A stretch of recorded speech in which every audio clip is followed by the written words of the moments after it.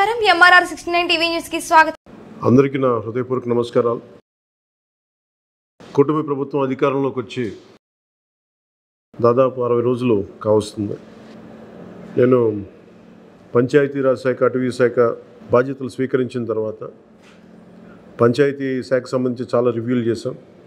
Rural water supply, రోడ్లకు సంబంధించి చాలా రిపోర్ట్స్లో తెలియజేస్తూనే వచ్చాను. ఏ స్థాయిలో నిధులు సరిగ్గా పంపిణీ జరగలేదు, వచ్చినా దాని దుర్వినియోగం జరిగినాయి. ఈ పరిస్థితుల్లో కూటమి ప్రభుత్వం చాలా చిత్తశుద్ధితోటి ఈ పంచాయతీరాజ్ వ్యవస్థని బలోపేతం చేయాలి అని చెప్పి చాలా బలమైన నిర్ణయం తీసుకున్నాం. దాంట్లో భాగంగానే 3 కీలకమైన నిర్ణయాలు తీసుకున్నాం. ఒకటి, ఆగస్టు 15 ఈ జెండా పండుగకి సంబంధించి. 2, మనకి జాతీయ ఉపాధి హామీ పథకానికి సంబంధించి ఒకటే రోజున 13,326 పంచాయతీల్లో గ్రామసభ తీర్మానాలు జరగాలి. ఆ దిశగా అడుగులు వేస్తూ ఉన్నాం. ఈ గ్రామసభ తీర్మానం అంటే ఏంటంటే, జాతీయ ఉపాధి హామీ పథకం ద్వారా వచ్చే కేటాయించిన పనులకు కానీ నిధులకు కానీ ఆ ప్రజాప్రతినిధులు, ఆ ఎమ్మెల్యేలు కానీ, గ్రామ సర్పంచులు కానీ, పంచాయతీ సర్పంచులు కానీ, ఆ పంచాయతీలో ఉన్న ప్రజలు కూడా అందరూ ఏకగ్రీవంగా అంటే ఏ పనులు జరగాలి, జాతీయ ఉపాధి హామీ పథకానికి సంబంధించిన ఆ పనులకి మన గ్రామాల్లో ఏ పనులు జరగాలి, ఏ పనులకి ఆ నిధులు కేటాయించాలి, ఈ దృష్టిలో గ్రామసభ తీర్మానం జరుగుతుంది. విడివిడిగా కాకుండా ఒకటే రోజున 13,326 పంచాయతీల్లో ఒకటే రోజున గ్రామసభ తీర్మానాలు జరగాలని కీలకంగా ఆదేశించడం అయినది. ఆ విధంగా ముందు ఒకటి చేస్తూ ఉన్నాం. రెండవది, జల్ జీవన్ మిషన్. అంటే ప్రతి ఇంటికి కుళాయి అనేది ప్రధానమంత్రి గారి ఆకాంక్ష, ఆశయం. ఏ ప్రభుత్వం కనీస మానవ హక్కు ఇది. అలాంటి జల్ జీవన్ మిషన్కి సంబంధించి గత 5 సంవత్సరాలుగా ఎక్కడ కూడా సంతృప్తికరంగా గత ప్రభుత్వం చేయలేదు. రాష్ట్రంలో గ్రామీణ తాగునీటి సరఫరా ఇది అసలు ఏ స్థాయిలో ఉంది? ఉదాహరణకి జల్ జీవన్ మిషన్ కింద ఒక దాదాపు 27,000 కోట్లు ఖర్చు చేయాల్సి వస్తే గత ప్రభుత్వం 4,000 కోట్లే ఖర్చు చేస్తుంది. ఆ 4,000 కోట్లు ఖర్చు కూడా పెట్టిన విధానం ఏ స్థాయిలో ఉంది? నిజంగా నీటి సరఫరా అవుతుందా? ఉదాహరణకి చాలామంది ఎమ్మెల్యేలు అందరూ కూడా నా దృష్టికి తీసుకొచ్చిందా కూడా నాకు వాళ్ళు ఇచ్చే ఈ పిటిషన్స్ కానీ ఇవన్నీ కూడా ఏం తెలియజేస్తున్నాయంటే, పంచాయతీల్లో కానీ గ్రామాల్లో కానీ జేజే మిషన్ కింద పైప్ లైన్లు వేశారు, కానీ దానికి ఆ నీటి సరఫరా ఉండే ఇది లేదు, దానికి వాటర్ సోర్స్ లేకుండా పైప్ వేసి వెళ్ళిపోయారు.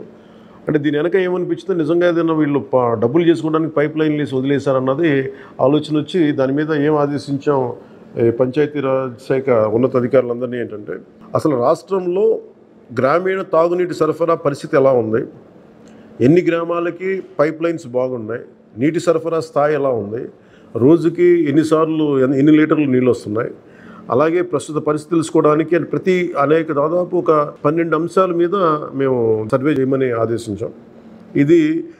దీన్ని పల్స్ సర్వేగా మీ దృష్టికి తీసుకొస్తున్నాం. ఇది పల్స్ సర్వే చేపడుతున్నాం. దీంట్లో వచ్చిన డేటా ఆధారంగా జల్ జీవన్ మిషన్ని కూటమి ప్రభుత్వ ఆధ్వర్యంలో అత్యంత పకడ్బందీగా ప్రణాళిక రచన చేయడానికి ఈ సర్వే నిర్వహిస్తున్నాం.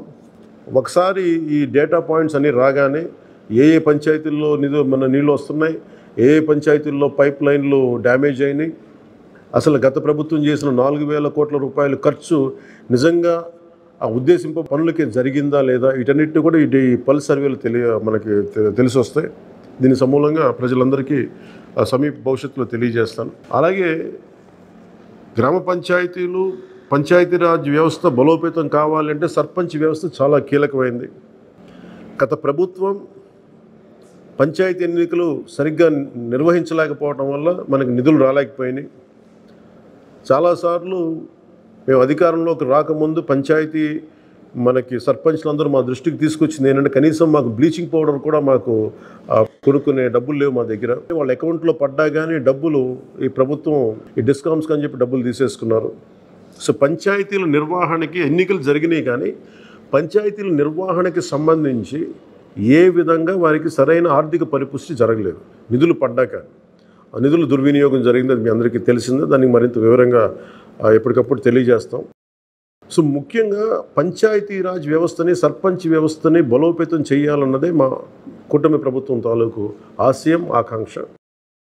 దాంట్లో భాగంగా ఇప్పటిదాకా గత 30 సంవత్సరాలుగా, గత 1990 నుంచి ఇప్పటిదాకా ఎప్పుడు మన 15 ఆగస్టు పండగ జరపడానికి ఇప్పటిదాకా నిధులు ఇప్పుడు సమకూర్చలేదు.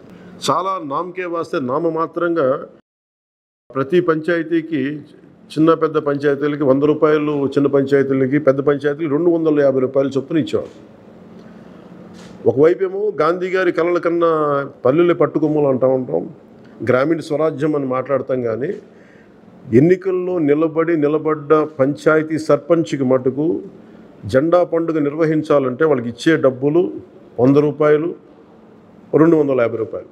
ఈ రివ్యూ మీటింగ్స్లో మాకు తేలింది ఏంటంటే 100 రూపాయలకి, 250 రూపాయలకి 13,326 పంచాయతీల్లో ఏం చేయగలరు? మేము ఒకటే ఆదేశించాను, రాగానే చాలా ఘనంగా జరుపుకోవాలి.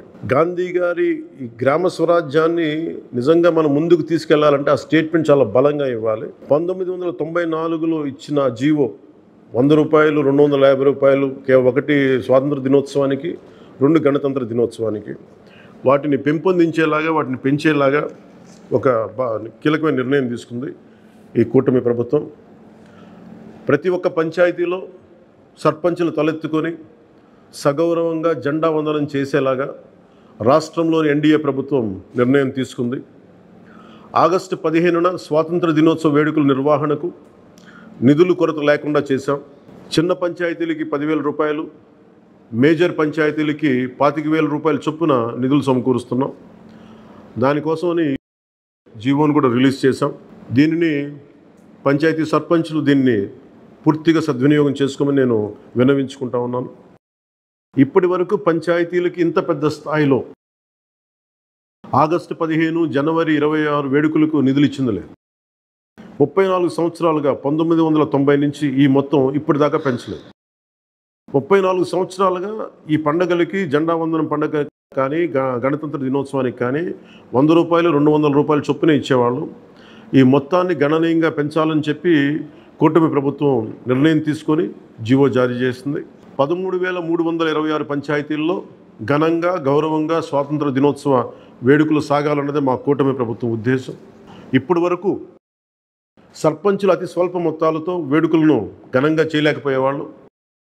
ఈ విషయం నా దృష్టికి వచ్చింది రివ్యూస్లో. దీనిపైన ఉన్నతాధికారులతో మాట్లాడి ఏ దశలోనూ ప్రజలు ఎన్నుకున్న సర్పంచుల ఆత్మగౌరవం తగ్గకుండా దేశంలో పవిత్రమైన 15 ఆగస్టు గణతంత్ర వేడుకలు గర్వంగా చేసుకునేలాగా, సగర్వంగా చేసుకునేలా చర్యలు తీసుకొని చాలా స్పష్టంగా ఆదేశాలు ఇచ్చారు. ఆ దిశగానే నిర్ణయం చేశాం. 5,000 లోపు ఉన్న జనాభా ఉన్న గ్రామాలకి 10,000 రూపాయలు, 5,000 పైబడ్డ జనాభా ఉన్న గ్రామాలకి 25,000 రూపాయల చొప్పున నిధులు అందిస్తాం. గాంధీ మహాత్ములు కలలుగన్న గ్రామ స్వరాజ్యం సిద్ధించాలన్నదే మా కూటమి ప్రభుత్వం తాలూకు తపన, ఆకాంక్ష.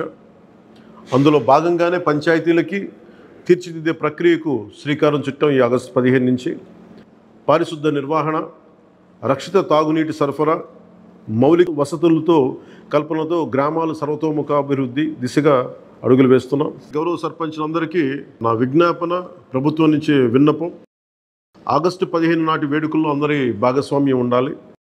పంచాయతీ పరిధిలోని పాఠశాలల్లో వ్యాసరచన, క్విజ్, డిబేట్ పోటీలు, క్రీడా పోటీలు నిర్వహించాలని కోరుకుంటా ఉన్నాం. ఉపాధ్యాయులు భాగస్వామ్యంతో వీటిని నిర్వహించాలని కూడా ఆదేశాలు ఇచ్చాం.